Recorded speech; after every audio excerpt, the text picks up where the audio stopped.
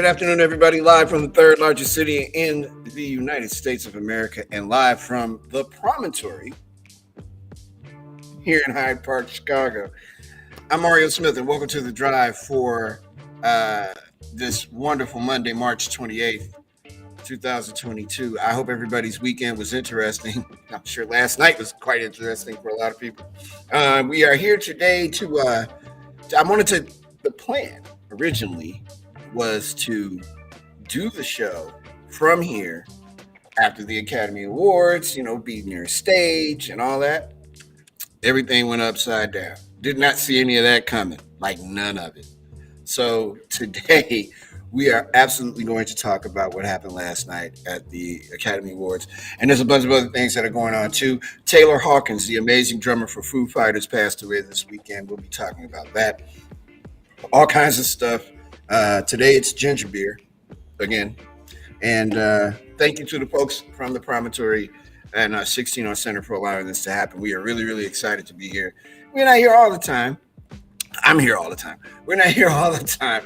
But whenever we get a chance to land outside of my home studio, it's good. Plus, the internet is spectacular. My buddy, who has been really doing a lot of weird Bob Vila-like construction in Portland, Oregon, Jake Gliss, is the producer of the show, and he joins us now. Hello, sir. How are you this afternoon? Look at What's that. Up, that looks nice. Well, not really. It's just this is hiding what what's really happening. It's hiding an empty room, basically. How do you like it, man? I put me by the stage today. I like it. Pretty cool, right? Is that this room here? Yeah. All right. So I am where like those I'm pointing to it like you could see me pointing at it. Where the stage is up there. Yeah.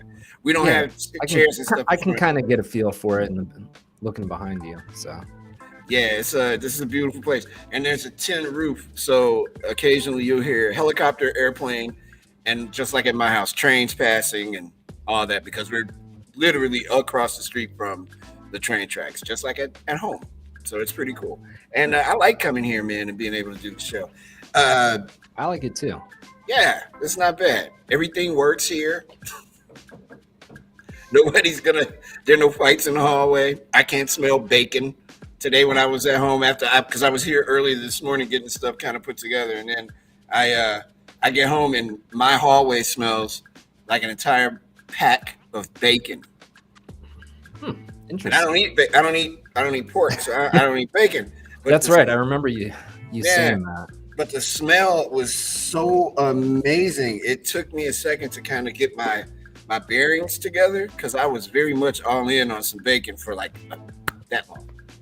I thought it was gonna happen, but it didn't. Did you? I dare ask. Did you watch the Academy Awards last night? So I didn't watch it. I kind of was following along, checking in, that kind of thing. I watched it on Twitter. Yeah, and then obviously it's hard not to know what happens as soon as that gets out in the universe. And in the last couple of minutes, the Academy of Motion Pictures Arts and Sciences has began an investigation, if you will, into what happened last night. And we're going to talk about it. I don't really want to do it all now. I will just say this, though. Social media is the worst in one respect. You get to find out who people really are. And I'm stunned at some of the responses I've seen to that. I'll say this, and I will elaborate on it later. I don't care what situation it is. I really don't care what situation it is. You can't slap a man. Look, let me tell you a secret about me. If I could, there are so many human beings I want to slap in the face, like for just like smack, like for real. You can't do it. You can't go around doing that. It's just not something you do. And in this case, it's just one of the most bizarre things I've ever seen. Now, I'll say this, and it'll land where it lands. Will Smith is from Philadelphia, Pennsylvania. Mr. Rock is from Brooklyn, New York, I believe. And Jada Pinkett Smith is from Baltimore, Maryland. You're welcome. So we'll talk about that later and expand on that for sure. Thanks to everybody that's checking us out, all our passengers on the drive today. Tete here in Illinois, Joe in Hawaii, Master, who's new to the show, Karima's London, and Stacy in Texas. Thanks a lot, you guys. Really appreciate you being here today. We have some programming information that I need to pass on to you. And all these times are Eastern times. Haley and Allison's Good Morning begins at 6 a.m. Eastern. That's when the broadcast day begins. And on Monday, Wednesday, and Friday, Live Every Day with Liv Harrison is on from 8 a.m. I don't know why I'm laughing. From 8 a.m. Eastern. And then at 9 a.m. Eastern on Tuesdays and Thursdays only, it'll be Kate and Will. And I'll begin at 9 a.m. At 10 a.m., Jam and Renee. Get on up with Jam and Renee, still here. At noon, the Anthony Davis Show, still here. It starts at noon. On Wednesdays, however, at noon, Word of the Day will be on. The Word of the Day quiz at noon on Wednesdays. Your pal Hal's here every day, Monday through Friday from 2 p.m. Eastern. And I'm here every day except for Thursday at 4 p.m. So we really appreciate that you guys are following what we're doing and watching, and you keeping that in mind. That we have more things to add, and it's getting good. And don't forget to please leave a review of the show here on Backchannel.tv. Not just our show, but any show. We really appreciate that. And thanks for being a passenger on the drive today. Rambling Rattlesnake, here we go. What's up, Michael? Rambling Rattlesnake is checked in with us. And I'm trying to see if there's anything. Parched Pelican has joined us. Thank you, Parched. And yeah, that's it. We're live at the promontory today. We're going to do some headlines real quick, and then we'll take a break. And I'm still maneuvering wires, getting caught up on my wires. In Florida today, Florida Governor Ron DeSantis signed a bill today that forbids instruction on sexual orientation and gender identity in kindergarten through third grade, a policy that has drawn intense national scrutiny from critics who argue it marginalizes LGBTQ plus people. The legislation has pushed Florida and DeSantis, an ascending Republican and potential 2024 presidential candidate, to the forefront of the country's culture wars, with LGBTQ advocates, students, Democrats, the entertainment industry, and the White House denouncing what critics have called the Don't Say Gay bill. DeSantis and other Republicans have reportedly said the measure is reasonable and that parents, not teachers, should be broaching subjects of sexual orientation and gender identity with their children. Quote, "We will make sure that parents can send their kids to school to get an education, not an indoctrination," DeSantis said to Applause before he signed the bill into law. And finally, in Ohio, human bones found in a box in a garage on Thursday belonged to a group that used them in rituals more than 100 years ago, police said. The century-old mystery began Thursday night when a person heard juvenile voices near a detached garage on Warner Avenue in the city of Mount Healthy, about 15 miles north of Cincinnati, according to a Friday statement from police. The person went to the area where the voices were heard and found the box in the garage, which appeared to contain decomposed human remains, the Mount Healthy Police Department said.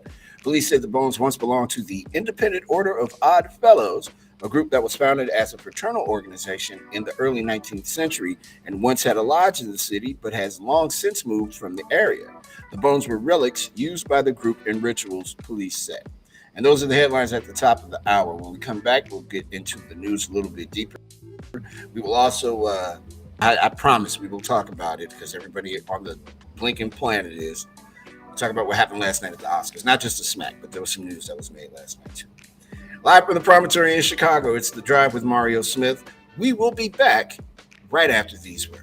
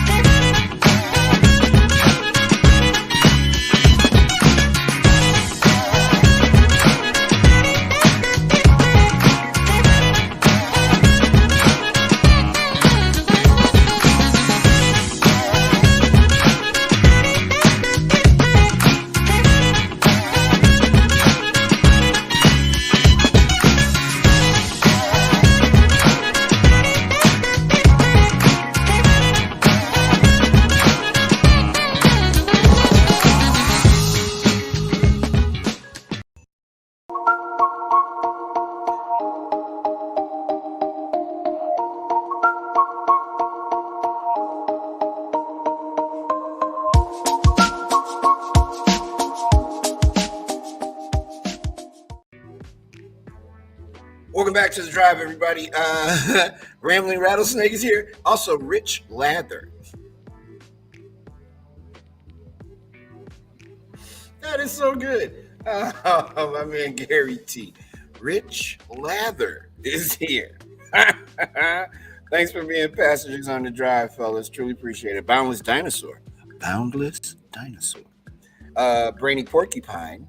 Wooden Eel. Thinkable Pheasant. Parched Pelican. All here. All at the same time. So, Mr. Gliss, how was your weekend? What did you do? Where did you go? How'd you get along? What was going on? My weekend was pretty good. My now 15-year-old had a birthday party on Saturday. A couple friends. We took him to a place called Big Al's. It's kind of like one of those fancy bowling places. Nice. With kind of a lounge feel to it, and also an arcade, all that.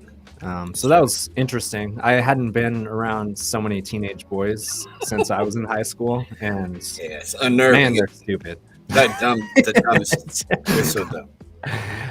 But yeah, that was fun, and we actually had a really busy weekend. We did a lot of yard work. It was nice out this weekend. We were my wife kind of did some stuff to start prepping some gardening, and my neighbor came. Well, I tore out my old space that was here on Friday, and my neighbor came over yesterday and just knocked it out in about 6 hours. Wow. So now I have actual space in here, and which allows Milo's down here. He's in here with me today. Nice. Instead of in his kennel. And yeah, I still got some work to do in here, some stuff to do. But for now it's functional. So that's awesome. That's what's up. I too have moved. As you see, my new house is here at the Crumbs. Living in the green room. No, I like it. I like what you did there. It's nice. Yeah, it looks nice. It's nice. I like the lights and everything. It's kind of cool. Yeah, we'll see. I'm still trying to decide exactly what's going to be behind me long term. This thing's a little flimsy, but it's, we'll see. It's like you're at a cool club. Yeah. Like and I have a door, which is amazing. Like, I actually have a real door in here as opposed to like a blanket. Yeah. Which so, I didn't know. I like it though. I mean, I like the look. It says that you're doing way better than me in your studio situation. Yeah, well, I mean, like I said, I've had this space for a while, and I've wanted to kind of upgrade it because it was like a 4x5 space, which is pretty tight. Right. And usually, before this whole gig, it was mostly just editing and stuff like that. But yeah, it's nice to feel like I have a real space to sit in now. I feel like I need to show everybody what's behind me. I don't want to duck. I also don't want to fall to my doom. But this is the stage at the promontory, right? So that sign, there was a time when I would introduce the acts and, say some real cool stuff and bring up Average White Band or anybody, and it's really, I can't speak enough about how I personally feel about this place. It has provided some very memorable moments in music history here, to say the least. And it's pretty cool. I love when we have rap acts here, like when we have De La Soul, when they come, or when Hypnotic Brass Ensemble comes here. There's none like this, man. It gets really intense in here, and the music is really good, and the sound is wonderful, and it's a good time. So I told you I'm gonna come see a show there. Oh yeah, most definitely. Which I 100% am going to do. Yes, sir. And look, if you're bringing a wife, there's a bar like 5 yards away from me, maybe more than 5, and that's usually where I sit. We've already talked about it a little bit. We were kind of plotting like we could just go for a long weekend, leave the kids with my parents, or I'm sure the 2 older ones will probably want to go. Hey man, there's a hotel right down the street, 2 of them. I was actually, we were looking the other night. I was like, you were serious? Okay. oh yeah. Yeah, look at that. And I'm like, Man, yeah, listen, we need to go Lindsay, check out Chicago. I need some show research because I think I've told you before. Lindsay has been to Chicago and absolutely loved it, and she was like, if I wasn't living, if I was gonna live anywhere but Portland, she's like, Chicago's like at the top of my list. I gotta tell you, man, and I mean not just because I'm here and I'm not with the Chamber of Commerce for the city. I love Chicago, Illinois. That's kind of I love Chicago. In fact, she felt that it because Portland's a small city for a big city, right?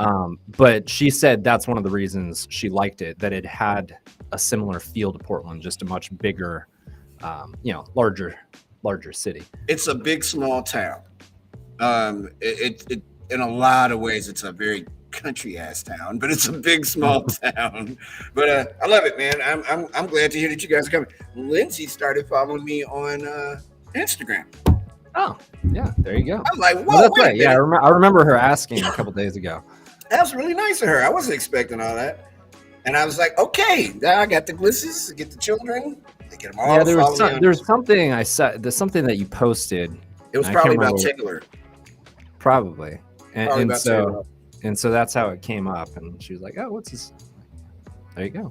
It was that news about Taylor Hawkins met me in the face this weekend. And it's funny.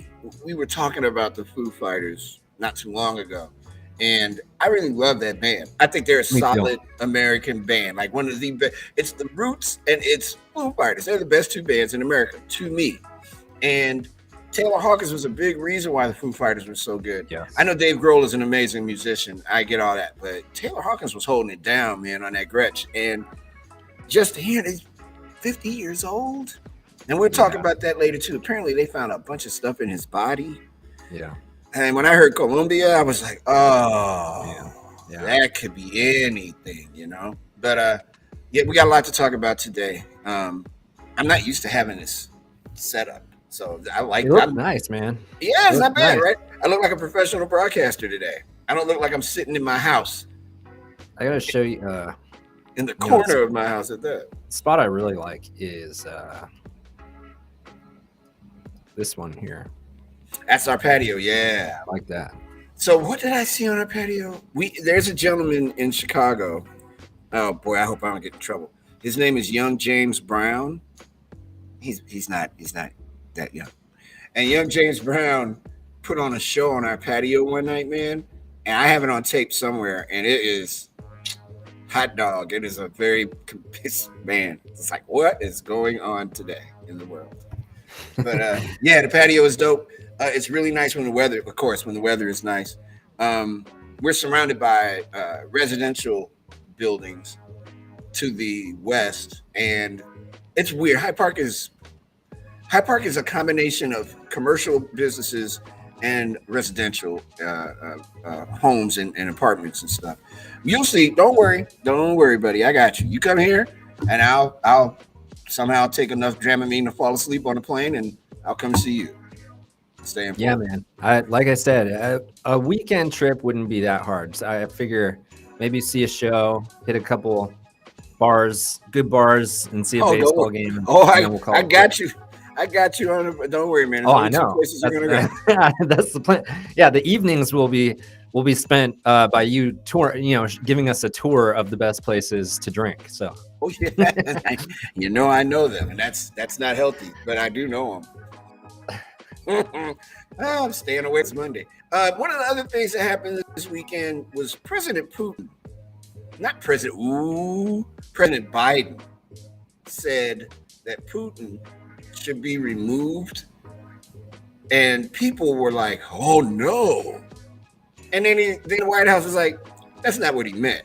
Well, what did he mean? He had a 27-minute speech, and at the end of the speech, he's like, "It must be I'll read you the quote.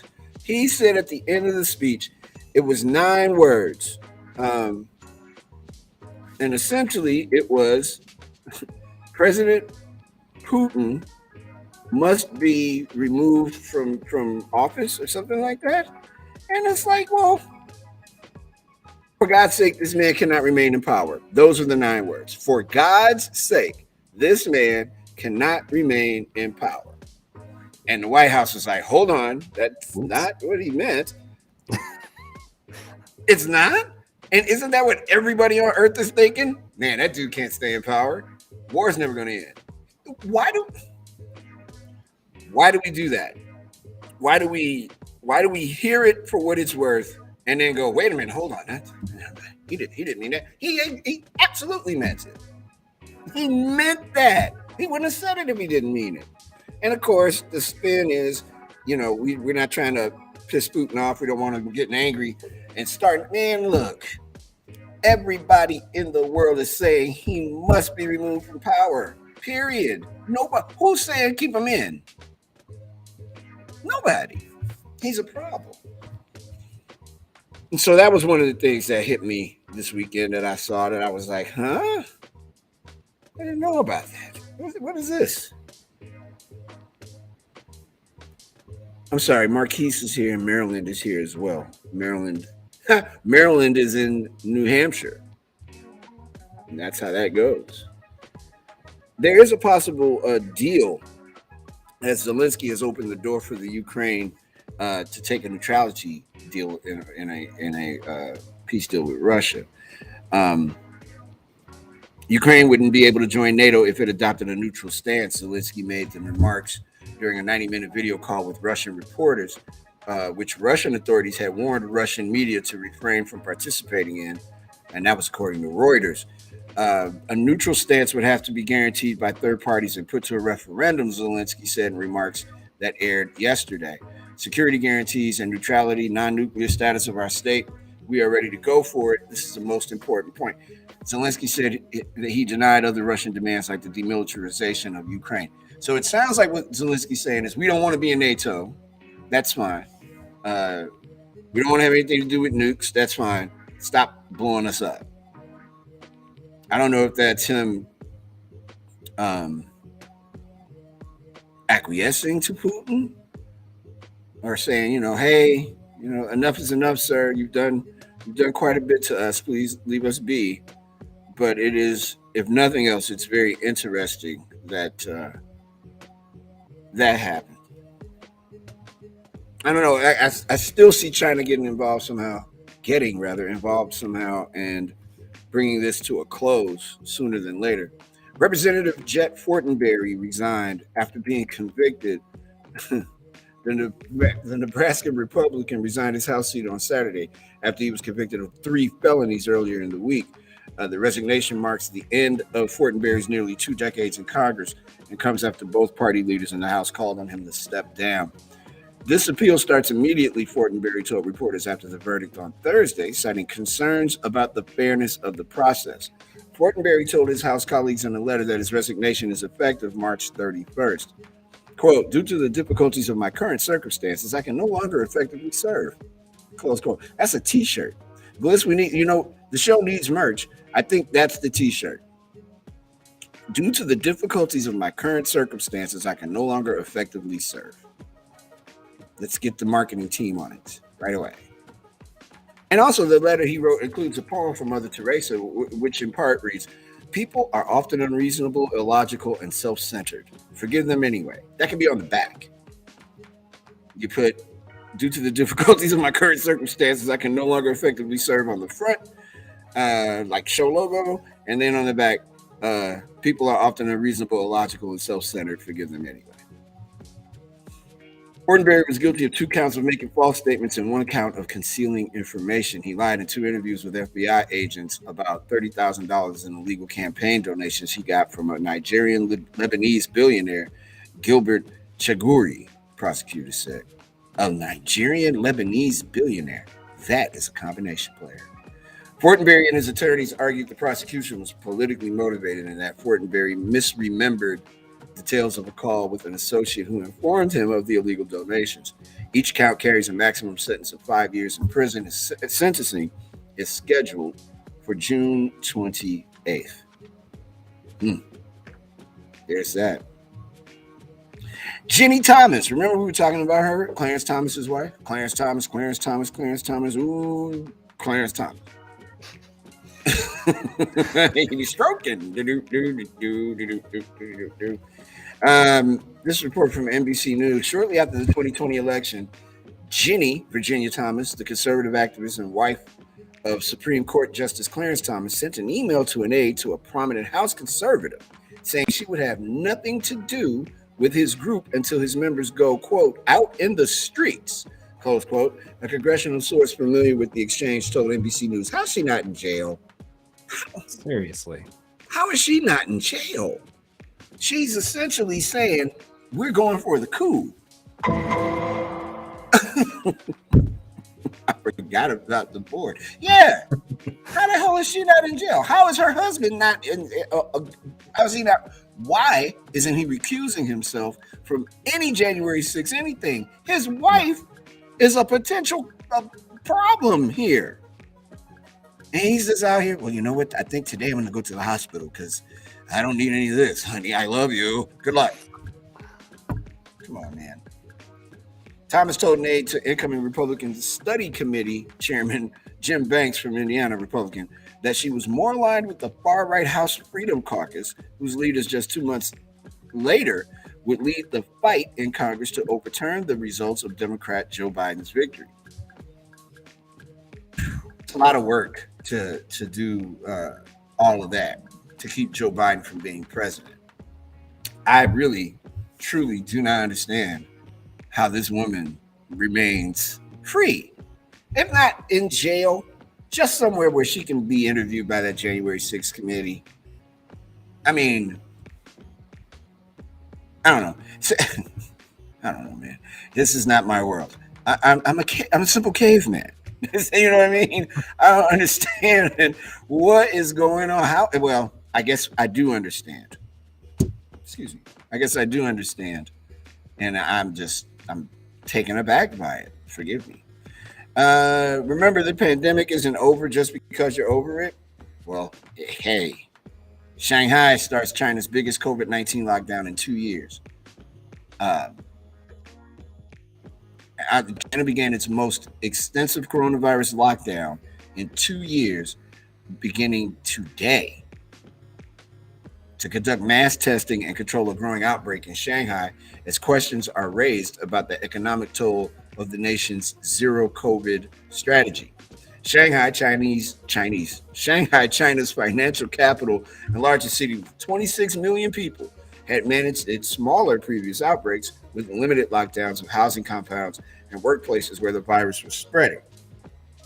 But the citywide lockdown that will be conducted in 2 phases will be China's most extensive since the central city of Wuhan, where the virus was first detected in late 2019, confined its 11 million people to their homes for 76 days in early 2020. So I want to ask the Backchannel folks, our passengers on the drive today, do you think the U.S. will have another COVID-19 lockdown? Leave your responses at backchannel.tv. If you're watching us on YouTube, you can leave them there. If you're listening to us on your Amazon supported device, please feel free to leave it there by activating your device and saying the word "say," whatever the name of your device is. Take me to the drive with Mario Smith and leave your answer in the chat. Do you think the United States will have another lockdown? Gliss, what do you think? I don't think it's gonna happen.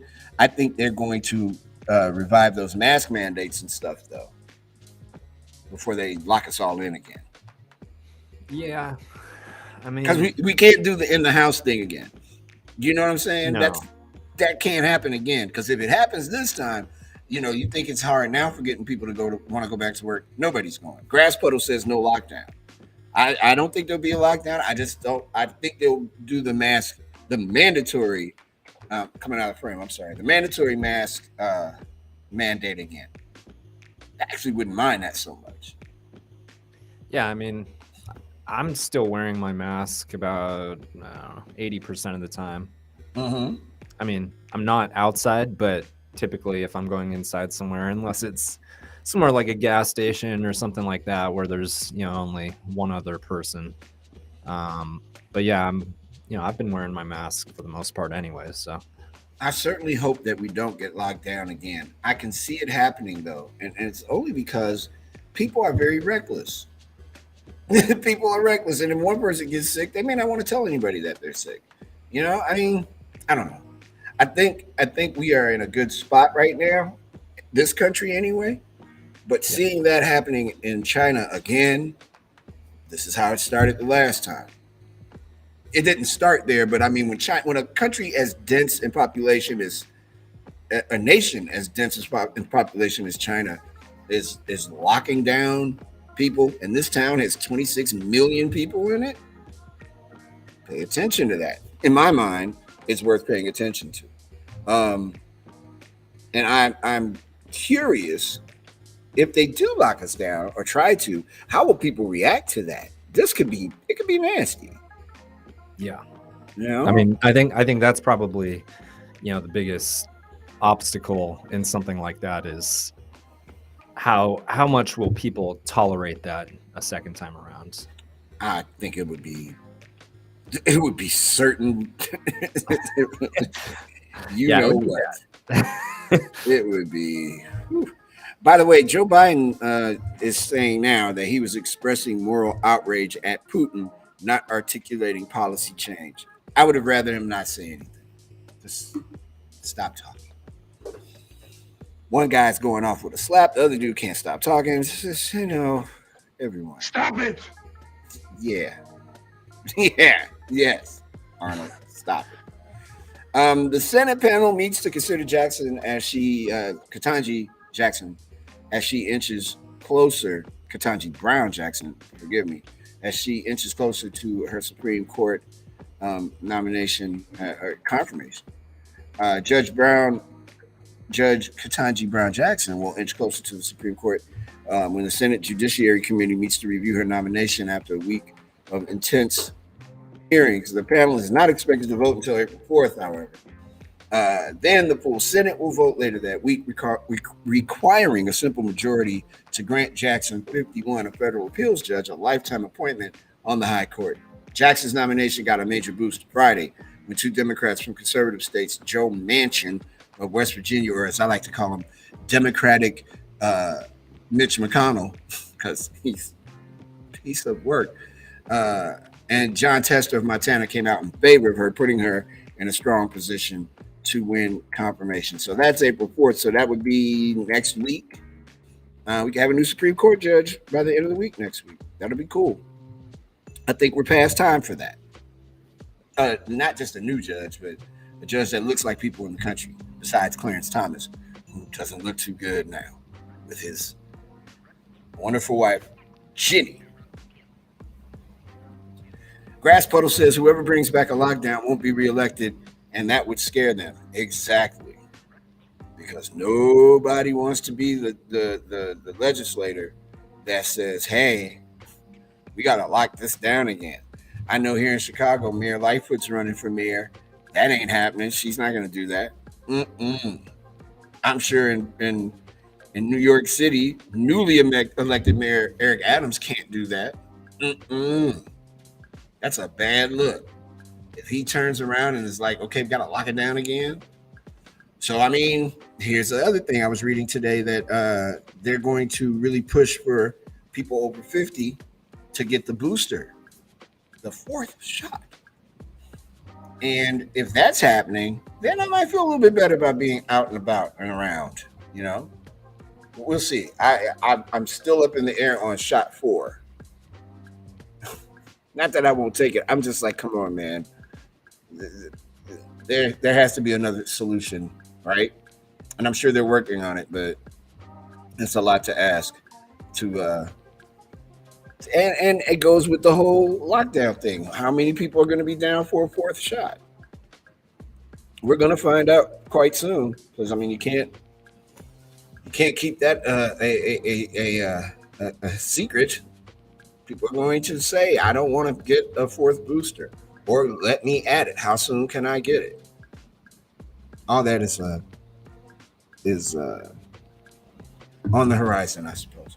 We're approaching a break, and let's check into the chat here. Everybody seems to be calm today.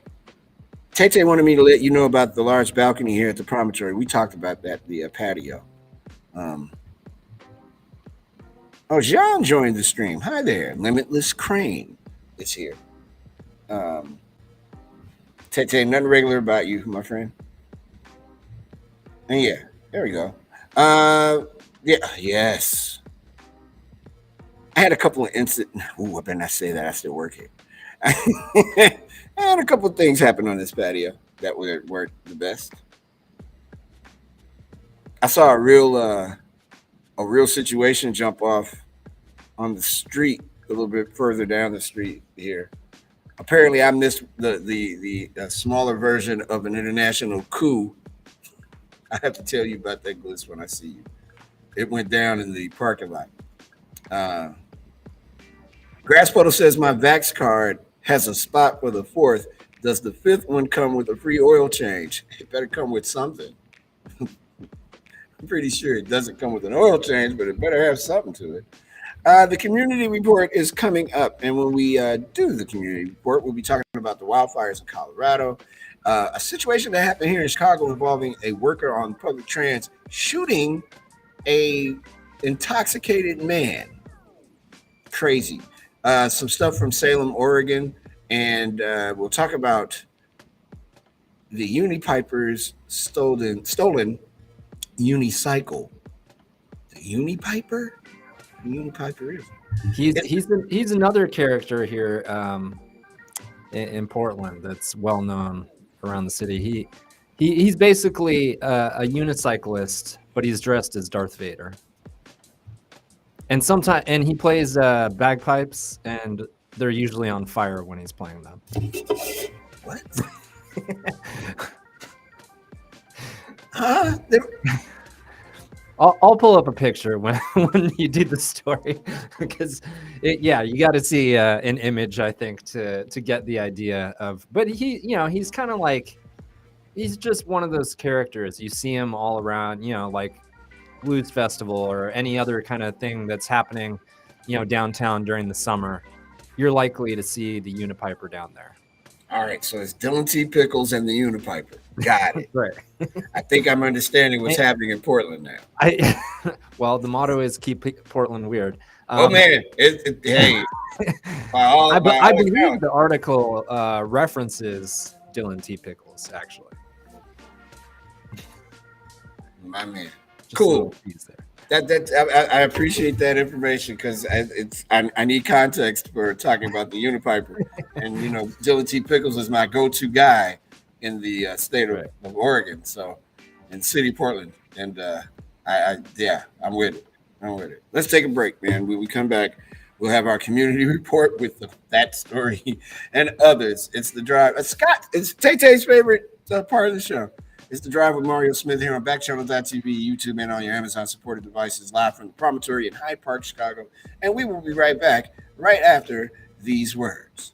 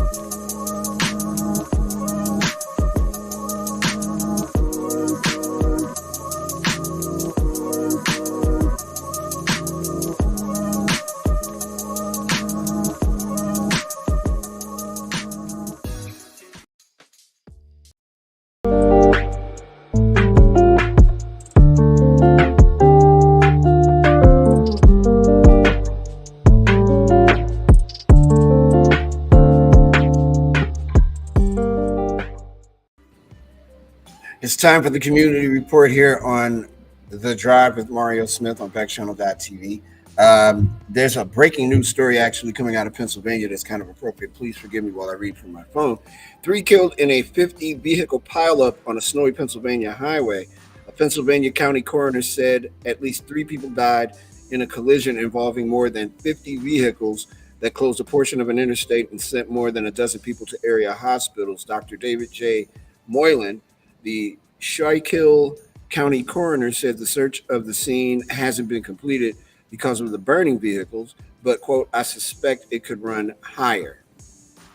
That is a story coming out of Pennsylvania. 3 killed on a 50 vehicle pileup in Pennsylvania. Um, and as we shift our attention from Pennsylvania to Boulder, Colorado, where wildfires are spewing out of control. A wildfire south of Boulder, Colorado, that forced nearly 20,000 people to flee was listed at 35% contained yesterday afternoon, and most evacuations have been lifted.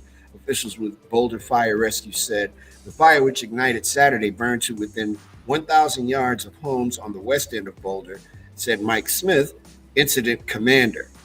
No homes were lost and no injuries were reported, he said. A quick initial attack combined with all of the fuels mitigation treatments that we've done in this area is one of the reasons that we've had such great success, Smith said Sunday. Fire crews were also able to use aircraft to fight the fire, laying down lines of fire retardant near homes in the rolling hills south of the college town. I know a couple of folks that live in Denver. I don't know anyone that lives in Boulder, but again, I hate the thoughts and prayers thing, but be easy, everybody in Colorado, man. That sounds like a terrible, terrible, terrible story, as it is playing out in real time. This happened in Chicago over the weekend. A CTA, and a CTA is the Chicago Transit Authority. A Chicago Transit Authority worker was arrested and charged with shooting an intoxicated man multiple times early on Saturday after he was knocked down during an argument at what is referred to as the Red Line station at 95th Street here in the city. Sylvester Adams, 53 of Linwood, faces charges of attempted murder and unlawful use of a weapon in connection with the attack, which was captured on cell phone video that has spread on social media. During his initial court hearing, prosecutors said that when Adams was arrested shortly after the shooting, he admitted opening fire on a 37-year-old man. Prior to the shooting, prosecutors said the victim and another male approached a kiosk where Adams and another CTA employee were stationed and asked for directions and help finding an ATM. The victim, who prosecutors said was clearly intoxicated, then got into a fight with the male, prompting Adams' co-worker to call the police. Officers helped the male onto a train, but left when the victim said he was getting a ride. Prosecutors said the victim later started threatening Adams and the other CTA worker, and he also became combative with other patrons. Prosecutors said Adams eventually left the kiosk holding a hammer and began arguing with the victim, who pushed Adams to the ground. While on the ground, prosecutors said Adams tried to strike the other man with the hammer, and he was kicked in the face. Adams followed as the victim tried to run down a flight of stairs. They were trailed by other witnesses, one of whom was filming. He got his pipe, boy, a witness says in the widely circulated cell phone video, as Adams appears to reach into his pocket and pull out a handgun. Prosecutors said Adams then fired 9 shots, striking the other man in his back, abdomen, and right leg. Adams returned to the kiosk and told his co-worker that, quote, his life was over, close quote, prosecutors said. The other CTA employee, following a trail of blood, found the victim hiding at the end of the platform, prosecutors said. The shooting was also captured by station surveillance cameras, prosecutors said, and when officers arrived at the station for the second time, Adams admitted he shot at the victim. That conversation with police was captured on a body-worn police camera, prosecutors said. The victim was taken to University of Chicago Medical Center in critical condition, though prosecutors said he's expected to recover. Oh boy, here's the thing. You're not a security officer. You can't carry a gun. This is right up there with in many ways with what happened last night at the Oscars. Just because you can slap coins and fruit out of someone's body doesn't mean that you should. You can't carry a gun and be a CTA worker, a Chicago Transit Authority worker, and you're not security. You can't do it. You're not supposed to do it. Many years ago, there was a gentleman who drove a bus. He lived in my old neighborhood of Jeffrey Manor, and he was stabbed mercilessly by a guy that was trying to rob him as he was driving his bus, and he shot that kid who did it. He wasn't supposed to carry a gun. I don't think he got in trouble though, but that was millions of years ago. But this guy just shot him 9 times, and in the video, you can see him doing it. It's going down. He's shooting to kill. He is not shooting to wound. He's trying to shoot that man. So there's no bail for him as a result of his very heinous act. And Portland dominates the community report today. As part of this report here is I'm trying to give us time for the Unipiper because that's mad important.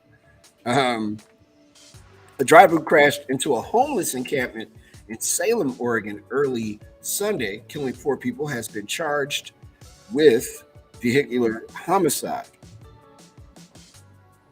and manslaughter, police said. The crash unfolded at 2 a.m. Sunday when the driver slammed into the encampment in the area of Front and Division Streets, the Salem Police Department said in a news release. 2 people died at the scene, police said. People from the encampment hospitalized with life-threatening injuries and died of their wounds at the hospital. The victims were not released. According to investigations, the vehicle, 2-door sports coupe, was traveling northbound on Front Street, northeast, passing Union Street, when the vehicle left the roadway and crashed into an unsheltered encampment, pinning 2 individuals beneath the car. Police said in a news release later on Sunday that alcohol may have been a contributing factor in the crash. The driver, who was the only person in the vehicle, was also hospitalized. Our world, boy, that's wild too. So now, all right, Gliz, help me out. This is called the Curious. Oh God, he does have on a Darth Vader outfit with short sleeves. He's playing bagpipe. They're on fire. I told you. Oh, I'm sorry. And he's on a unicycle. Yep, that's the Unipiper right there. The Okay, quote, seriously, who smashes a window to steal a friggin' unicycle? The Unipiper tweeted Saturday morning. He shared a photo of the broken back window of his black Volkswagen Golf. Much like the recent Pickles mascot uniform theft, the post took off and fans shared it across multiple social media platforms. We're going to do everything we can to help find us. The Portland Pickles are getting involved. Holy smoke. Oh, he's got a website, theunipiper.com. Hold on, I gotta see this. He's a big deal around here. Clearly. Like I said, you'll see him everywhere if you're, out at events. Blazer, if it's the playoffs, like he'll usually be around the Moda Center. He's everywhere. Let's see here, the unipiper.com. And I believe you can hire him for events. Oh, I will definitely. Don't you worry. I already got something working in my head. Yeah, when you eventually come to Portland, we will have like a mascot, a Portland mascot get together. We should do that with the Unipiper riding around and Dylan Pickles just hanging out. Yeah, why not? I think all of that should be part of it. The Unipiper. Unbelievable. I swear, man, I must have been living in a cave. I didn't know that all this was happening in the world. He's got his own. Righty then. He's got his own Twitter thing happening. Yeah. Unreal. For the past 2 months, I've been on a social media hiatus, Kidd said. His name's Brian Kidd, who performs as the world famous Unipiper. I've been on a social media hiatus. That's why I didn't say anything until now. I debated whether or not to even say anything about this at all because I didn't know if Portland needed any more negative attention. Hey, I hear you there, Uni Piper. The pilfered unicycle was customized with lights on its wheel and a special seat attached. For months after the theft, Kid monitored Craigslist but never caught a glimpse of the unique little mono wheel again. And when he filed a police report, he said he never heard about that either. I realize there are a lot of issues the city is facing right now, so I understand that a stolen unicycle isn't a high priority, Kid said. Before the theft, Kid always kept a unicycle in the back of his car because he said, quote, you never know when you're going to need one.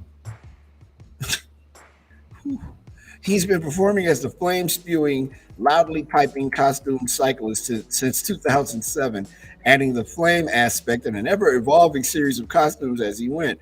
Over the years, the Unipiper has become a symbol of the city's enduring eccentricity. Kid even founded a nonprofit in 2019 called Portland Weird United with the stated mission of preventing the city's weird from being swept under the rug. This reputation and at least local household name recognition meant that Kid felt safe leaving a unicycle in his hatchback car because he rationalized that people knew it was his and wouldn't mess with it. Quote, it hasn't been an issue before. I didn't think that a unicycle being visible in my car would be a target for theft, he said. It's annoying that there's a lot to love about Portland, and at the moment we are definitely experiencing what feels like higher crime rates compared over the last few years. Close quote. Strangely, although Kid says the car also contained a nice battery jumper, only the unicycle was stolen. All right, I need some context. So he he rides it. Could it be? And I'm playing detective from Chicago, but could it be that so God, it's got flames? Could it be that someone was just tired of the Unipipers Act and decided this is how we will stop the Unipiper? Because I can't imagine you riding around on a unicycle that everybody knows is the Unipipers unicycle. Yeah, yeah. I mean, well, it's kind of like the same thing when Dylan was taken. It's like, what are you gonna do with that? What are you going to do with the unicycle? You can't use it because it's a publicly known thing that's stolen. That's what I'm So saying. yeah, What do you- maybe where, maybe it was maybe he made an enemy or something like that. I don't know. where are you going with the unicycle? Did they take the bagpipes? See, now there, it's, I don't think so. I think it's just the special unicycle. had they taken the bagpipes, so then you catch your criminal in 10 seconds because as soon as flames, Right. There's not a lot of bagpipes with oh, flames coming out of the top. not hardly any. It's like you got flames, son, coming out to wow.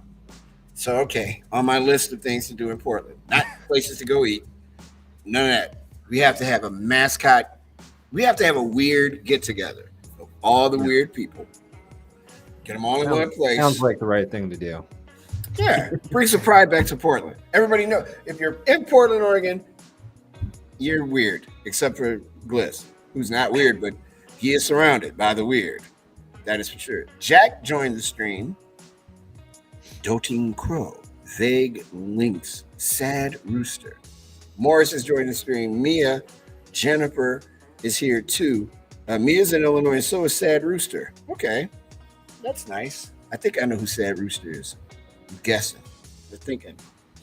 So yeah, man, that's wow. The Curious Case of the Unipiper. I am now a fan. Just thought I had to throw it in there because it was weird enough. And of course, the Dylan T. Pickles reference in there. So warn me. Are there any other unusual mascots in your city that I need to be aware of? Not like official ones. No, I think those are, yeah. That the Unipiper is kind of the guy. And he's very talented at the bagpipes too. He plays some pretty cool stuff on there. So now I'm riding on his unicycle with it on fire. On fire. So I'm looking at his website now. The first picture is him holding a birthday cake with candles that are lit while he is playing the bagpipes in a kilt and a Darth Vader outfit with short sleeves while the bagpipes are on fire. Yeah. Here's another picture of him. He's like, that about sums it up. He calls himself the city's mascot. Yeah. I mean, he's that well known around here. Man, what a world. Like Oh, I here said, he is.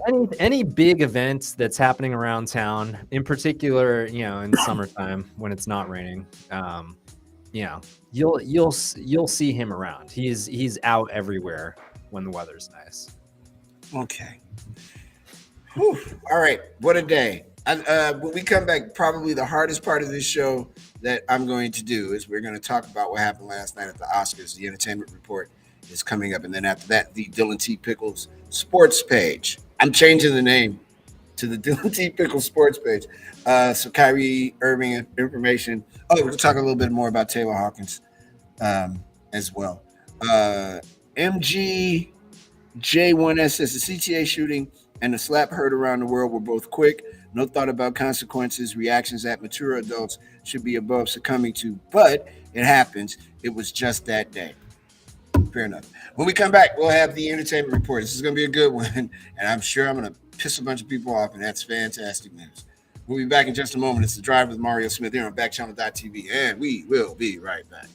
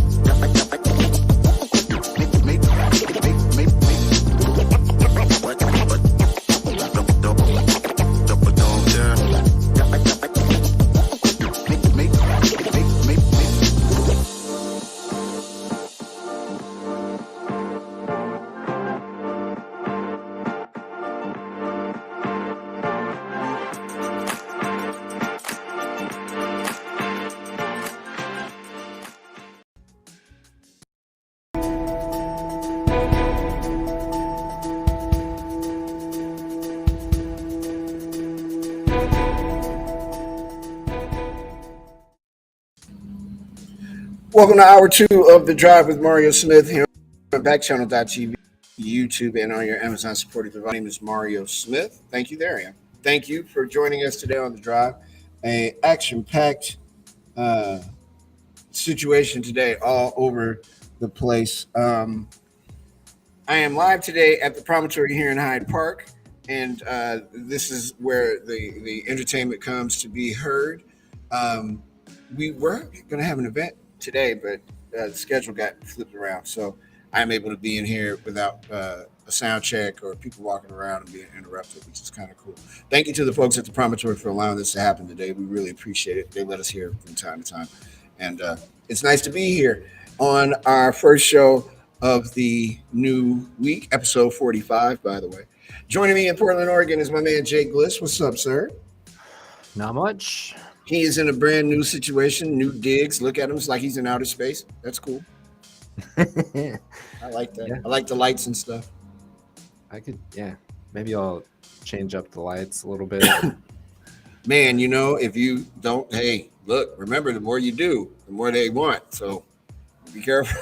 The show looks great today. Like, yeah, we look good, right? It's just like I just noticed promontory, and I'm in an actual bedroom. Oh, Milo's getting up in the background.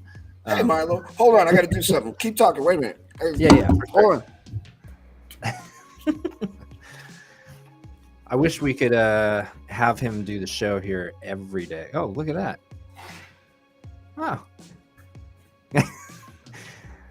And Mario is fixing both sides of the curtain. There he is, right on stage at the Promontory. And now he's gone. He must be going down the stairs, is what I'm guessing. There he is.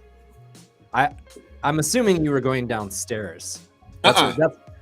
Did you have to go around something? Yeah, I had to, to the stage left, no, stage right. Yeah.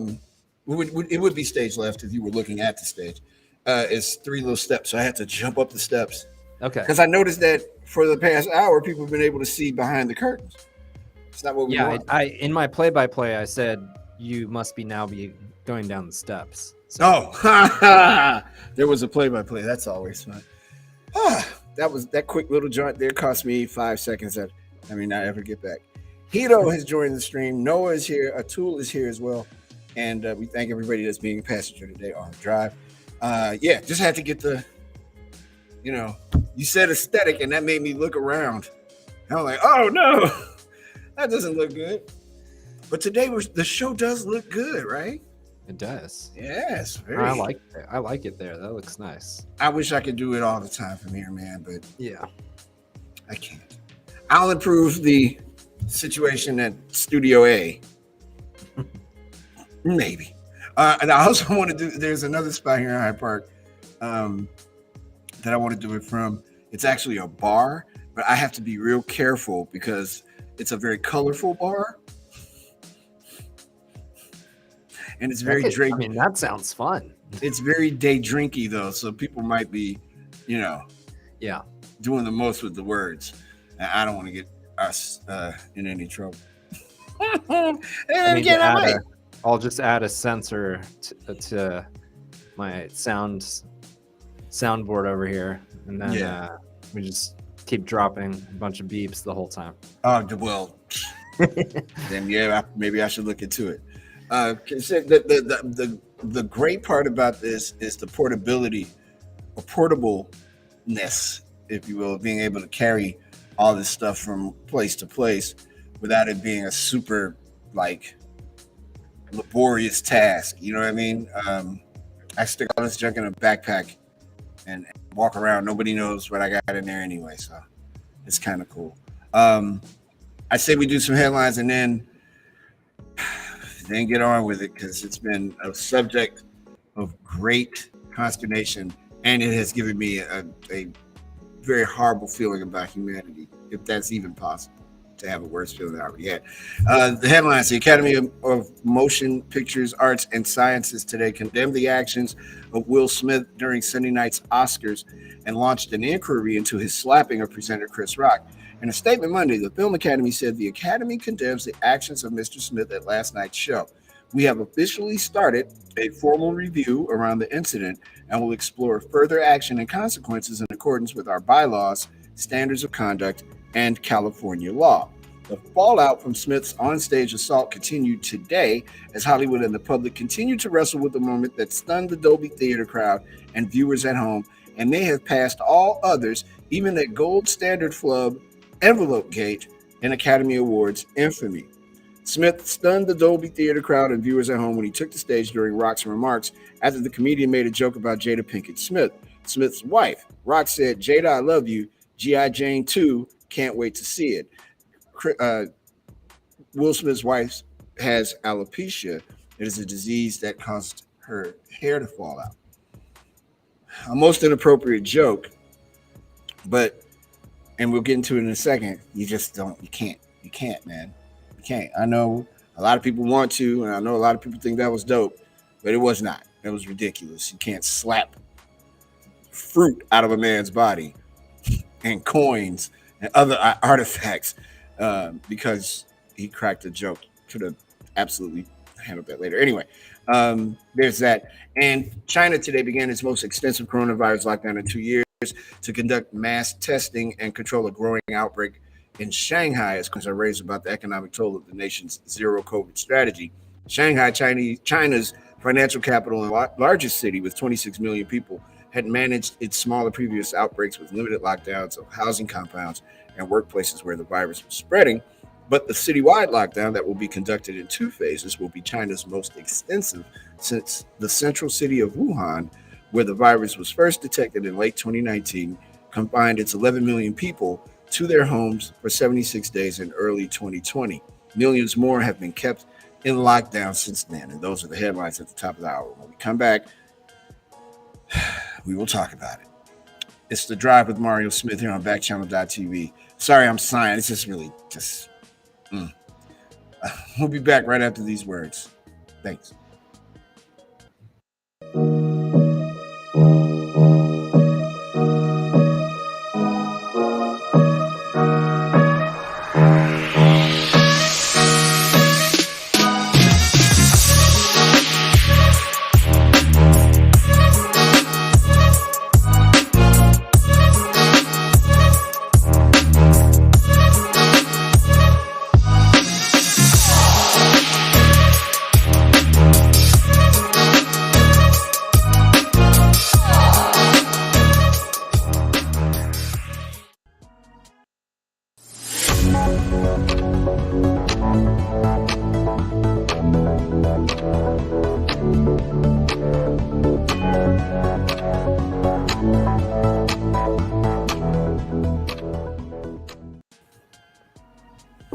This weekend, the music world lost Taylor Hawkins. He was the drummer for the Foo Fighters.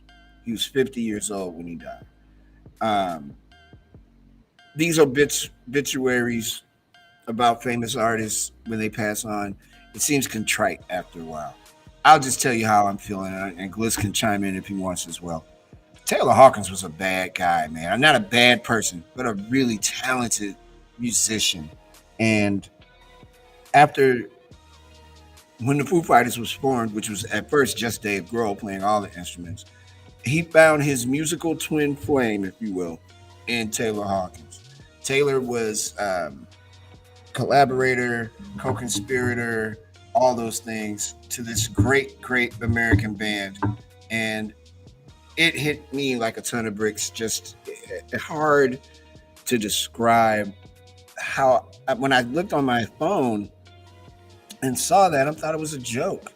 I did not think that that was real. I didn't think that that had happened to that man, but it did. Taylor Hawkins dead at the age of 50. And Gliss, I can't imagine that part of the country as well, being the impetus for Nirvana and all that. I was thinking about Dave Grohl and what must be going through his head. He lost maybe one of his best friends on earth. Yeah. In both instances. But I was taken aback by that. I really, really dig the Foo Fighters, man. And I thought Taylor Hawkins was quite an accomplished drummer. Yeah, and I mean, I thought about Dave Grohl as well. I mean, I think it was just a couple months ago he had said in an interview that he just for the first time listened to their first album, 20 something years later, because it brought up emotions that were hard to deal with. And yeah, this guy he just looked like he was having so much fun on stage, and he just had an energy about him. It's pretty unfortunate, like the way that it's looking. Just what might have caused this to happen. But yeah, and he was also a huge Queen fan, and was known to, for one song during their shows, would typically sing a Queen song, and Dave Grohl would get on the drums. And I actually saw a video surface the other night from their final performance, where he sings "Somebody to Love," and it's just like a total joy just watching. He's not the greatest singer in the world, but it was a really cool thing to see how much fun he had on stage. And that band just seems like there's such a tight group, and like you said, just unbelievable band. And he definitely has a legacy of his own that he's leaving behind. It doesn't matter what band it is, I guess. It doesn't matter what genre of music it is. Whenever you hear about somebody dying that young, he was 50 years old. I didn't even know he was that old. I thought he was much younger than that. It's hard to compartmentalize that. You hear that they're in Colombia, and it's like, oh man, I hope this wasn't bad. And then you hear he had 10 different substances in his body, and you're like, yeah, that's kind of how I thought it was going to end up. And that makes it even sadder for me. But, Taylor Hawkins, man, dead at the age of 50. Foo Fighters forever, though. That's for real. And condolences and all that. All right, so last night, the Academy Awards, they got on tuxes, everybody dresses. The award show is going great. It's going great. It's the best show they've had in years. Everybody's upbeat. The Dolby Theater is nice. It's a perfect place for it. It's not super big. It's not tiny. Everything's good. Chris Rock gets up on the stage, tells I can't even call it a joke, but he said what he said about G.I. Jane 2, and Will Smith took offense to it. Upon taking offense to it, and we don't have to show it if you got it. I don't want to see that again. Yeah. I don't want to see him slap lemons out that man's body. I think everybody has seen it. I'm good. Yeah. He slapped him. There is a time and a place for everything. When you are upset with someone, The place you don't do it is on television at the blankety blank Academy Awards. You don't. You just don't. And I've read people have been saying all kinds of stuff today and talking to me because I'm like, you laughed at the joke at first. You then looked at your wife. She looked at you. You go, oh, wait a minute. I'll be right back. You get up out of your seat. Where's the security at? They're not going to get up there because it's Will Smith and it's Chris Rock. And you slap coins out of Chris Rock's face. And then you go back and sit down and you start yelling at him. So there's a couple of things. One, that was a televised assault. He assaulted another man when he open hand slapped him. What if Will Smith, maybe not Will Smith, but what if somebody's unhinged and just casually walks up on stage and stabs Chris Rock? What conversation are we having today? What if he goes up there and punches him in the face and knocks Chris Rock out? We're having a different conversation today. People are saying, well, he was defending his woman's honor. I'm going to say this to you, and you can believe it, like it or not. Chris Rock is from New York City, from Brooklyn, I do believe. Jada Pinkett Smith is from Baltimore, Maryland. Will Smith is from Philadelphia, Pennsylvania. All three of them are aware of how to get down if they need to. They don't need to be, no.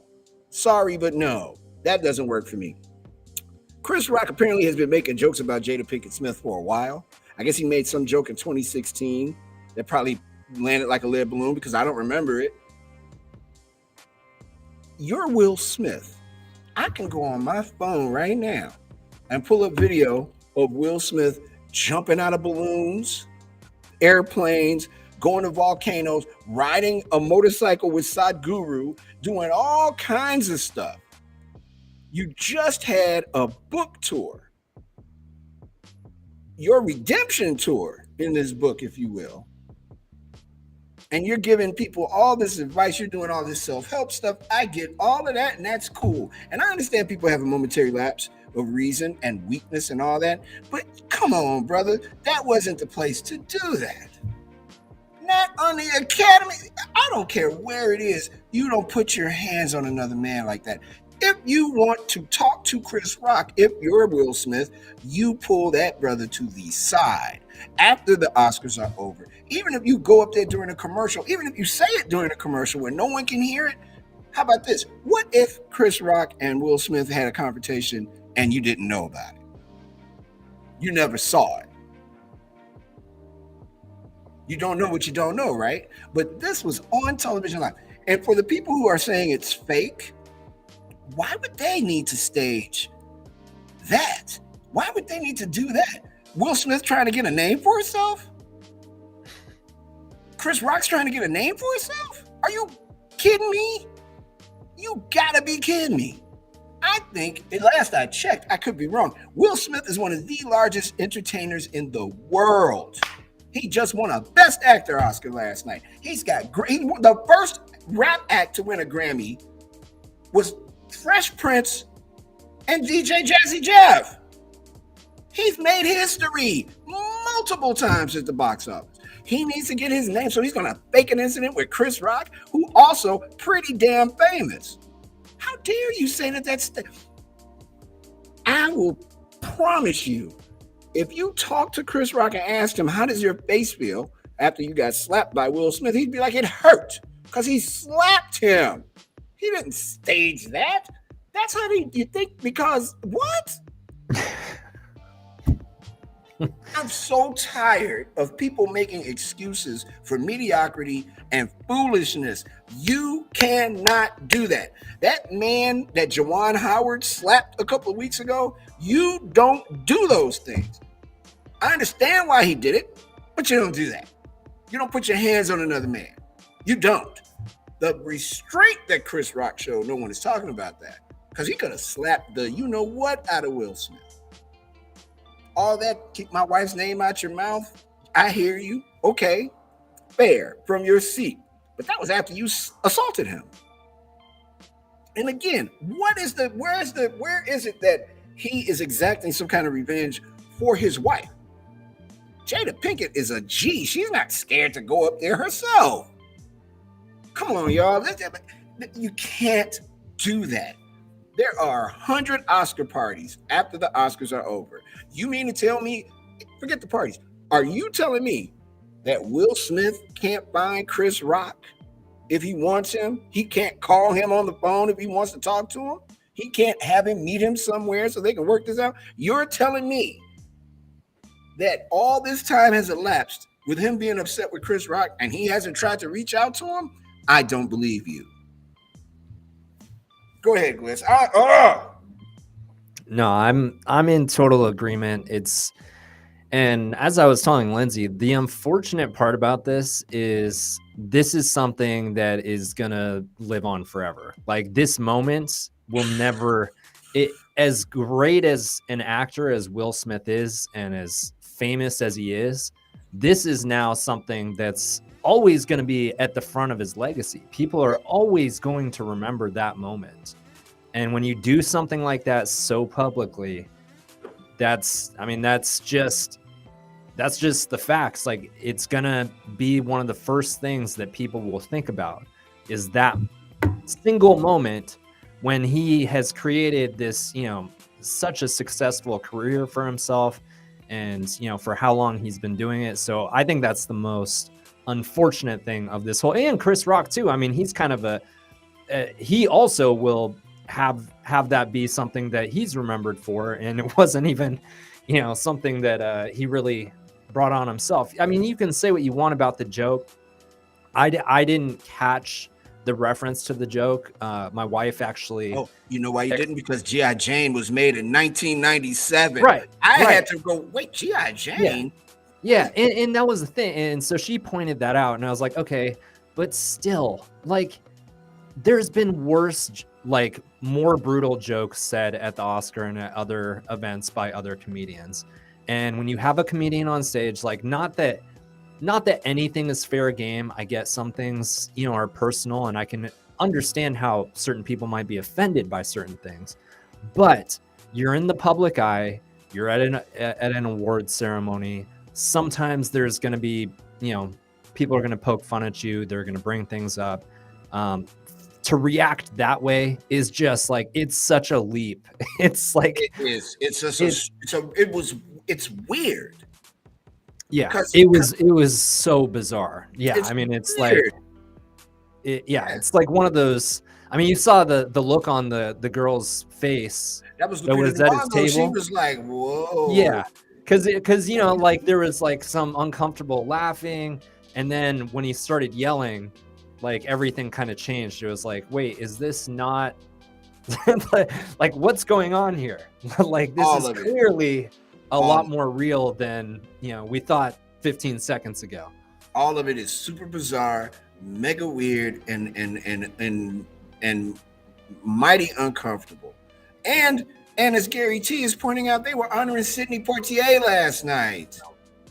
That's embarrassing. And people who are condoning it, I'm sorry, man. I am not celebrating watching a man slap another man at an award show. First of all, to be honest with you, I stopped watching award shows a long time ago because I think there's an element of nonsense to them. I think everybody should be noted for how they do their work. I don't think that there's one better than the other in many respects. There may be movies that I like more than the others, but I think that that's not for me. I don't do it. But I'm not going to go. Look, so now you're telling me, if somebody comes up on stage and I'm hosting a show and they reach to slap me, it's going down. Because now I'm like, oh, everybody's going to think that they can do it. What does this say? And you say what you want. I don't care. What does this say to little kids who watched that last night? It's okay to do that. That's how you handle situations. You go up and you smack batteries out of somebody's body. No, it's a terrible look. It's just a bad look. And I've had people who I love tell me today, a bad look for who? I'm like, it's a bad look for everybody. It's a bad look for him. It's a bad look for Chris Rock. Although Chris Rock, by not saying anything and pressing any charges, probably has the better look. It's a bad look for black people who have been screaming about how the Oscars are so white. Well, guess what? You thought it was white before. Hey, come on, man. And it takes away from that brilliant performance he made playing Richard Williams. He won a Best Oscar last night. His career should have been, that's the pinnacle of his career. Yeah. And he can't even celebrate it almost makes it more awkward. It is super ridiculous and weird. Yeah. I'm so glad I got a chance to get that off my chest because I'm really tired of talking about it. But just come on, man. Chris Rock has declined to press charges, and the California not chips, but there could be processing of Mr. Smith at some point. I hope it doesn't happen though. Nobody should go to jail now because it's kind of over with. And Chris Rock not retaliating was the best thing he could have done because it took all of it off of him and put it all on Will Smith. I will say it until I can't say it. You don't handle things like that. You don't do that. You can find Chris Rock anytime you want him. You are Will, you know what, blankety blank Bloody Smith. You're not searching for anybody. You got everybody's phone number. You probably, and I'm sure of it, have Chris Rock's phone number. You also own a production company. You want to get him back from your seat. You can say, you'll never work with me again. Be done with it. You don't do stuff like that. That's not even, at no point was her life in danger. I understand you protecting your wife if someone is coming at her. I get that. But at no point was her life in danger. His pride was hurt. When we come back, we'll have the Dylan T. Pickles Sports Report. And this is moving fast. It's The Drive with Mario Smith here on Backchannel.tv. We'll be back right after these words.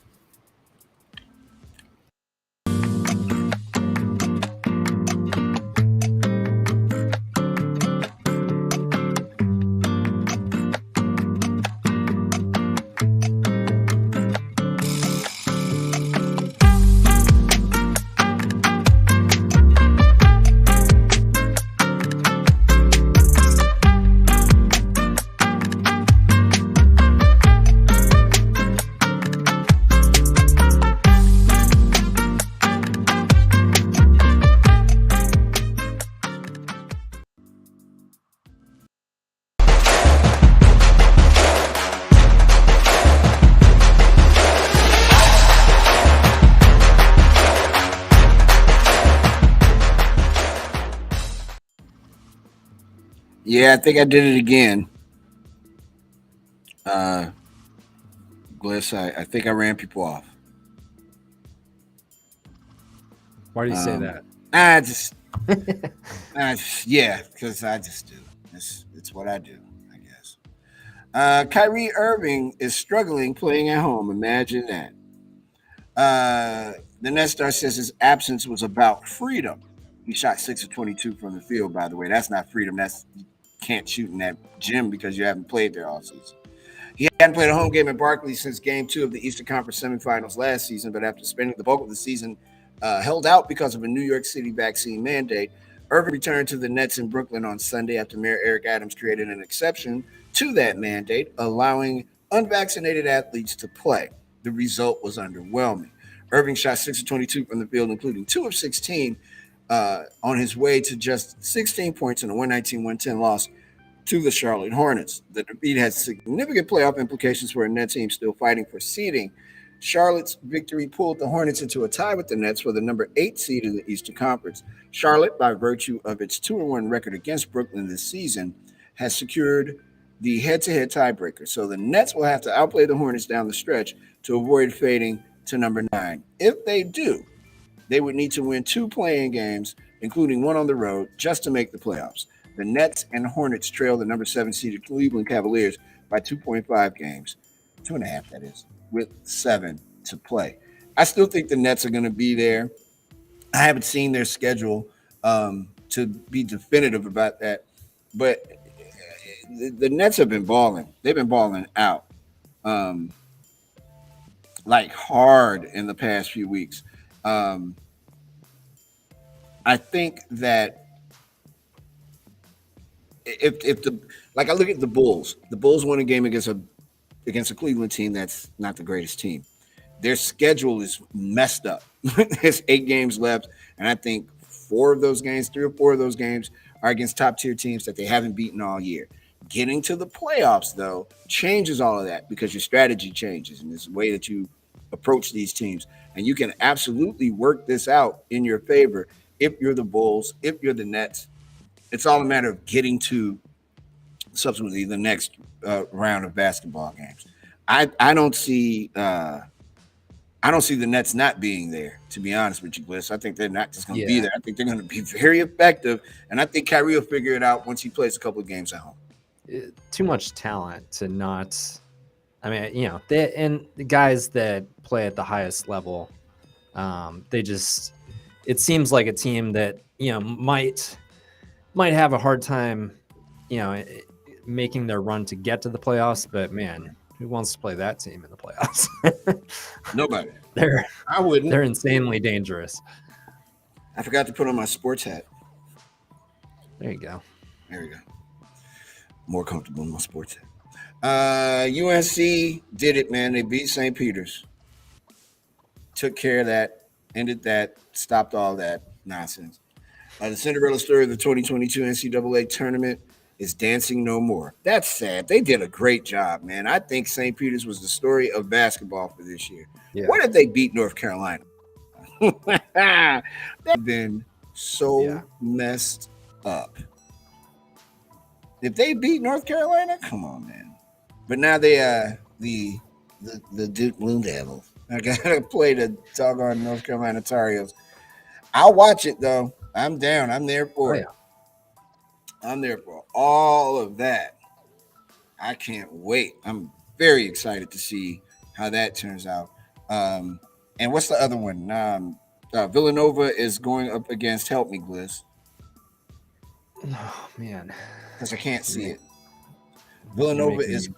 Ooh. Wait, I'll tell you. Hold on. This is how live television works.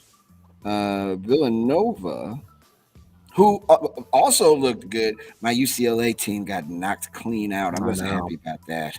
Yeah. I wasn't happy about that. It's going to be Kansas and Villanova, Duke and North Carolina.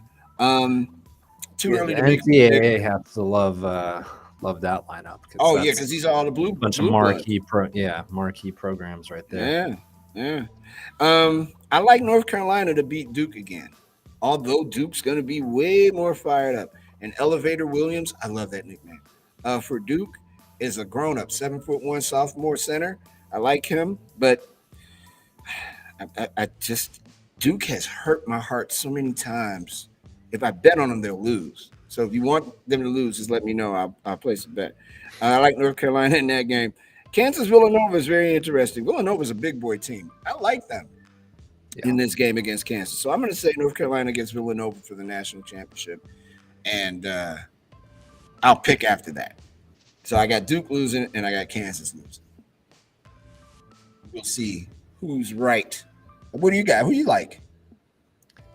I don't know. I think I'd probably stick with Kansas, but I kind of agree with you on North Carolina. They seem like they just kind of have that thing. I mean, they've made it this far. Yeah. And going against, I mean, this has to be one of the more comfortable games for them, going in as a lower seed against your arch rival. Right. I mean, they're not scared. I got to think. Yeah, I was going to say, they've already played them several times, and I got to feel like this game more than probably even the previous game, just not feeling a lot of pressure. They got to feel pretty confident. Yeah, I know that Duke might have been tight when they played North Carolina last because it was last game at Cameron for Coach K and all those things, and that ain't there this time. I think the pressure of not losing another game might be in play They got to beat North Carolina. North Carolina knows how to beat them. They've Yeah. got to figure it out, and I don't know if they're going to. And I don't think it's about Coach K leaving or any of those things. I just think it's going to be difficult for them to beat North Carolina. They can, no doubt, but it's not going to be as easy as everybody may make it out to be. I don't know what the spread is on either of those games, but It would, um, I, go ahead. I'm sorry. I was going to say it would definitely be a fitting end for Coach K to get, for his final game to be North Say that. Carolina knocking him out of the tournament. That would be quite interesting. MGJ Ones said, "I watched to see the upcoming new stars who'll be in the NBA draft. I like to have a little understanding of how they played in their biggest moment instead of that little clip shown on draft night." Well, I know a lot of us don't watch college basketball until it's deep into the season or until the tournament starts. North Carolina has been struggling, not hitting on all cylinders until tournament time. Duke struggled, not hitting on all cylinders until tournament time. There's something about this tournament that makes teams. That's why you saw St. Peter's go so far. Sometimes you get on a roll, and you can take that roll all the way to the Final Four. The Loyola Ramblers a couple of years ago did just that. They went to the Final Four. They balled out. They had a streak. I just think that now, in these last two games of the season, uh, potentially for someone, you have to figure out a way to put it together for real. This is the biggest game all four of these schools are going to play. It's bigger than that championship game. Getting to that game is everything. Playing in that game, it's nice. But getting to that game is where the money's at. And we'll see what happens. I feel like you're going to see two really, really strong basketball games in a couple of days. I think. I just hate that March Madness goes all the way to April. I really would like for them to just settle on ending it in March. You don't have to wait another week for this. Do it Friday night. I kind of would like that idea too. Like, I get why they kind of drag it out, but I think it'd be more fun if it was even more condensed. Because the most fun part of March Madness is that first weekend Yeah, when you're just like getting game after game after game. And I think it'd be kind of cool, like, even if you just did one game each night during the week, or after it gets down to the Sweet 16, like do a game each weeknight. yeah. I don't know. I'd be for condensing it a little more and making it a little more of like a traditional tournament where it's just like a straight through thing. I think so. I think that would be, yeah, and just play it all out. Get it over with. Yeah. Waiting a week. No, come on. I don't want to wait. You messed me up making me watch basketball at 11 o'clock in the morning on a Thursday, and now you want me to wait an additional week? I don't want And to I wait. think you could probably make the argument that, a lot of casual viewers, like you said, that don't necessarily tune into college basketball throughout the year, probably lose their interest a little bit after that first weekend. Oh, I can imagine so. I would, but I'm unfortunately a basketball nut, so I watch all the time. The other story in sports: the U.S. men's national team, the soccer team, may be in the World Cup. They're in. They still have some things to do. I am excited to see them in the World Cup. I don't like the idea of them playing in Qatar, but I'm excited to see them do it, man. Christian Pulisic is a grown up, and I am looking forward to watching him on the pitch do his thing. The U.S. team has a lot of international players on it that are getting a lot of work outside of the U.S. that don't play for MLS. They have a bunch of MLS guys too, but this is a good side, and if they put it together, they can go deep in that round. They're not going to go England deep. They're not going to go France deep, but they could go. They could be there. They could make a little bit of noise. The U.S. needs it if you follow that thing, and that would be fun, and I would love to see it. And that is a look at no, not a whole look. Hold on, because there are games tonight that I need to talk about in the NBA. All times Eastern, starting at 7 p.m. The Nuggets play the Hornets in North Carolina. The Magic against the Cavaliers in Cleveland. The Hawks against the Indiana Pacers. Be careful, anything could happen in Indiana. 7:30 tonight, the Kings against the Heat, and the Bulls take on the Knicks in New York, along with the Celtics taking on the Raptors at 8 p.m. It's the Warriors against the Memphis Grizzlies. That is the marquee game of the night. The Spurs take on the Rockets. Not a marquee game, but if you're looking to see young future NBA talent, that's two good teams to watch. Not two good teams, but two good teams to watch. And the Thunder takes on Gliss's Trailblazers at 10 p.m. Eastern. Who I Let's don't even know who is on the team anymore. Yeah, well, the telephone thrower is not going to be there. So. Phone slinger. They got to come up with a new name for him.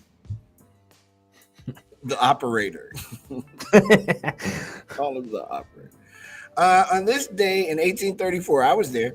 The U.S. Senate votes to censure President Andrew Jackson for the removal of federal deposits from the Bank of the United States. Oh, did he just go to the Bank of the U.S. like, yeah, give me some bills with my face on them? Thank you.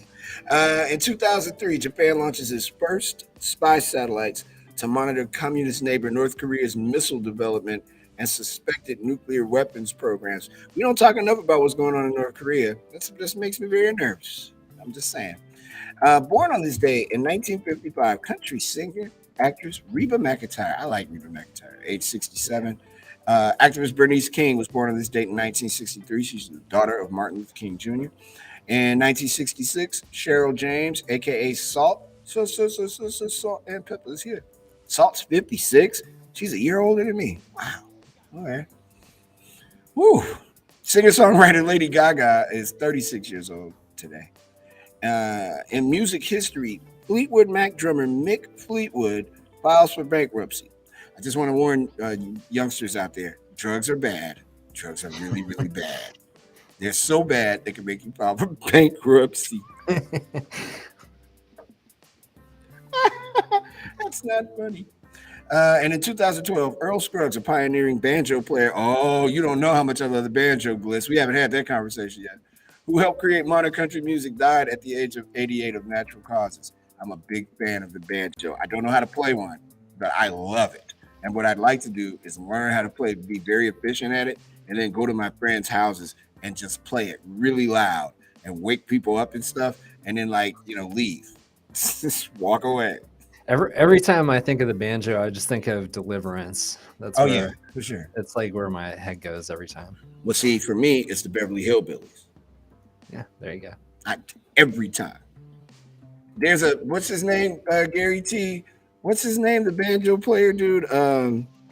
Not Mortimer Smith. Oh, I can't remember his name. But it appears that he's a very racist banjo player. And it just cracks me up. I'm sorry. Hey, you know what? I don't want to spoil it because these are some good Did You Knows. But let me ask you this. A total of 252 people wearing lion costumes set a world record in Ireland. A total of 252 people donned lion costumes in an Irish town to set a Guinness World Record for the largest gathering of people dressed as lions. The Lions Club teamed up with teachers and students from a nearby college to beat the previous record of 250. That's not really a record. Beating something by two people? If you're going to be ridiculous, go all the way. Make it 6,000 people so no one will ever try to do something as stupid as this again. Yeah, I mean, why? Yeah, it is kind of lame that they just they could have went bigger. You think? What a world. Let's see. You know what I'll do? What did you know? Did you know, Gliss, that stewardess is the longest word that is typed with only the left hand? No, because I'm terrible at typing. Yeah, all the numbers on the left side of the keypad. Oh, keypad. What a world we live in now. They don't even call it keyboard anymore. And Mondays are the slowest days for a restaurant. Absolutely true. So true. I mean, even if you got some banging operation, Monday is your slowest day, easily. There's some breaking news. The Biden administration will offer COVID-19 vaccines to migrants who are taken into custody at the U.S.-Mexico border. Are they just going to force them to? Wow. Damn. The U.S. is flexing its muscle these days, yelling at Putin. All that cool stuff. Not cool. That's kind of weird. We'll probably end up talking about that tomorrow. Let's take our final break. And man, this show went quick today. It has. Is it because I'm not in a regular spot? It's got to be. I mean, probably. You, Yeah. you look comfortable. Like I said, it's a very aesthetically pleasing. I really wish there was a bartender here for when this show is over, so I could be like, "Hey, buddy, Like, just line it up for me. I got get me 15 set up." minutes left. All right. But alas, can't do it. When we come back, though, we will have a story that will take you through your night. You can talk about it at the dinner table. You can talk about it tomorrow when you get to work. And then we're going to give you some Did You Knows. And then we're going to get out of here because it's Monday night and I have absolutely nothing to do. And I like it. It's The Drive with Mario Smith here on Backchannel.tv, YouTube, and on your Amazon supported devices. Thanks for watching today. We will be right back after these words.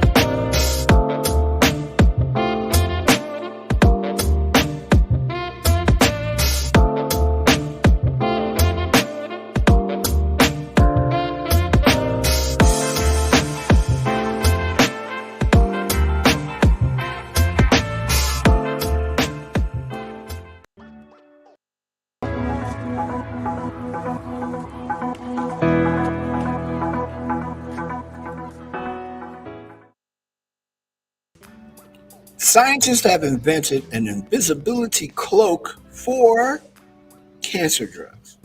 An invisibility cloak for cancer drugs has been developed by scientists. It hides good bacteria from the immune system, enabling it to reach tumors undetected. The masked probiotic treatment is able to be adjusted in the length of time the bacteria lives as well as the dosage amount. Scientists believe doctors will be able to inject accessible tumors and the drug will travel invisibly to places the tumor has spread. It hides good bacteria from the immune system, enabling them to reach tumors undetected. The masked probiotic could revolutionize therapy. In experiments, it wiped out diseased cells in mice. It is also hoped that the technique will work even better in humans, who are 250 times more sensitive to bacteria. Biomedical engineer Professor Ty Donino said, "What is really exciting about this work is we are able to dynamically control the system. We can regulate the time bacteria survive in human blood and increase the maximum tolerable dose." Added Professor Cam Leong, bacterial cancer therapy holds unique advantages over conventional drug therapy, such as efficient targeting of the tumor tissue and programmable drug release. Potential toxicity has been limiting its full potential. The cloaking approach presented in the study may address this critical issue. That's an interesting science note, and you can take that with you tonight, and that is front of mind for this evening. All right, so it's time for some Did You Knows. Did you know 30% of people who have a fire extinguisher in their home don't know where it is? What? Well, That that's doesn't good. make any sense. That's useful. But wouldn't you know where a fire extinguisher was in your house? You would think. Honey, where's the fire extinguisher? The stove is on fire. I don't know. How did the children take it? Right. Thank you with the sad trombone. Did you know that we experience over 1,400 dreams a year? I sometimes have 1,400 dreams in a night. Did you know a hot dog is eaten close to 818 times per second during the summer season in the U? Okay, what? What? The hammock is, I don't believe that. Did you know the hammock is credited with helping folks to get to sleep faster and keeping them in a deep sleep longer? I like hammocks. Hammocks are nice. Did you know that 4% of pet owners say they will only let their pets eat human food? Oh my goodness. On holidays? Why are you giving your dog human food on holidays? We shouldn't even be eating food on holidays. Did you know, according to Men's Health, men will spend an average of 1 month of their life looking for missing socks? I do not understand it. Even as a child, I didn't get that. A sock, like, why are my socks? I can never find. I have this problem, so I am telling you, it is real. That is real. And finally, did you know that coffee is the most recognizable smell, followed by peanut butter? I dare say in Chicago, Illinois, the second most recognizable smell besides coffee is weed, because everybody in Chicago smokes outside. nice. Not all the time. I have that to look forward to also. Sometimes it smells like pain. It's not the good good. stuff. No, it smells bad. Sometimes it does indeed smell like pain and anguish. Milo said hi. All right, that's a person, because if your dog is talking, we shouldn't be doing this Well, he's show. right here. He's laying on the floor, so I don't think it was him. All right. Hey, whoever I'm that is. guessing it was probably Jack. What up, Jack? Jack, that's my man. Ashley is with us. Believe is with us. And Believe lives, I almost said it. Believe is in the town of Steve. I was going to say Believe lives in Steve, but I don't think that would be a good thing to say out loud. But oops. Defiant Catfish is here. Wee. Functional Wolf. Tricky Cat. Jackson is in South Carolina. Ashley's in Mississippi. Thank you. Thanks, everybody. Hey. Yeah. That's a good one. Gotta end the show with a bang, a good joke. Believe lives in Steve. What did I say last week? I said something about slapping a hoe. Remember? Yeah, it was. I believe it was something about hitting a hoe last night. That's what it was. In reality, we were talking about a potato. Garden instrument. Well, it wasn't a potato. That was the actual story. Right. It was that big ugly thing that they thought was a potato. The gourd. Boy, man. When we do our 25th anniversary show, no, we're not having one of those. But when we do our anniversary show, it's gonna be good. Man, we're getting close to 50 episodes, dude. I know. That's very fast. close. Yeah. So we'll hit that next week? Yeah, Monday, I believe. Yeah, it sounds about right. Hopefully, Will Smith hasn't slapped some more people. You know, that's not the first time he went around slapping somebody. Remember? I know. Some dude tried to kiss him. On the red carpet. Yeah, he tried to kiss him. Tried to kiss him on the cheek or something. Will Smith couldn't extend that arm like he did last night.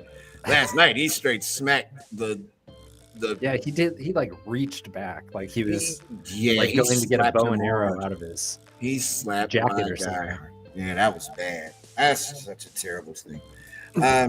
But you know, it is what it is. It has happened.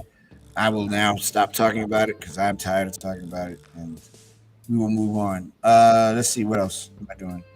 Real quick, it's hard to imagine jazz music being banned in any U.S. public schools, let alone schools in New Orleans, known as the birthplace of jazz. But there's actually a policy on the books of the Big Easy that prohibits students from learning about the genre or taking part in jazz dancing, or there was a policy. The Orleans Parish School Board voted Thursday night to rescind the rule exactly 100 years to the day it was put into place. Who finds these rules and goes, oh my God, it's been 100 years? We got to change that. We got to change this rule. Slight oversight. Wynton Marsalis is from here. Come on, man. Get it together. Everyone get it together. Get it together. It's almost done. Once again, thank you to the people at the Promontory for making this happen today and allowing us to enjoy the wonderful accommodations. I hope you folks get a chance to come to Chicago and check out the Promontory. It is a really nice place to see a show and to get some good drinks and stuff, and good place to hang out and see some very interesting people, to say the least. Not sure when we will be back here again, but you know, like I said, I have a couple other places in the neighborhood I want to investigate and see if we can't find a quiet place to do a show, and I will. Gliss, thanks, man. I appreciate it. Yeah, definitely. It's good look today. We both look great. Yeah. I think I wore black, and it was a good choice to go with the black curtains. So I just look like a head if I'm over here. Can't really. If I stretch out, it's just. No, like I said, it looks it all looks sharp. It looks very good. I like Yeah. when you do the show there. I do too. You were very excited when I told you I was going to do it here. You're like, "Well, yeah, do it." You weren't that excited. MGJ1 said he put a guy's head up another guy's. Yeah, in Hancock, he sure did. He from Philly. I'm just saying. Man is from Philly. Know it. So cool, man. Thank you so much, Bliss. Really appreciate it, brother. Have a good night. Right on, man. Thanks. Wow. Thank you again to the folks at the Promontory. What a day today. We talked about as much of it as we could, and I'm glad that you were here for it. Join us again tomorrow at 4 p.m. Eastern Time for more of what we do, which is talk to you and enjoy your company and all that. To everybody that watched on the stream today, all you weird animal people, Milo, Ashley, Believe, who lives in Steve, Defiant Catfish, Jackson, Karima's London, Stacy, and Silent Chicken. Thank you so much for joining the show today. We really appreciate it and look forward to seeing you tomorrow. As the sun begins its descent here in Chicago, Illinois, I'm Mario Smith. Join us again at 4 p.m. Eastern Time for more of The Drive with Mario Smith here on Backchannel.tv. This ends our broadcast day.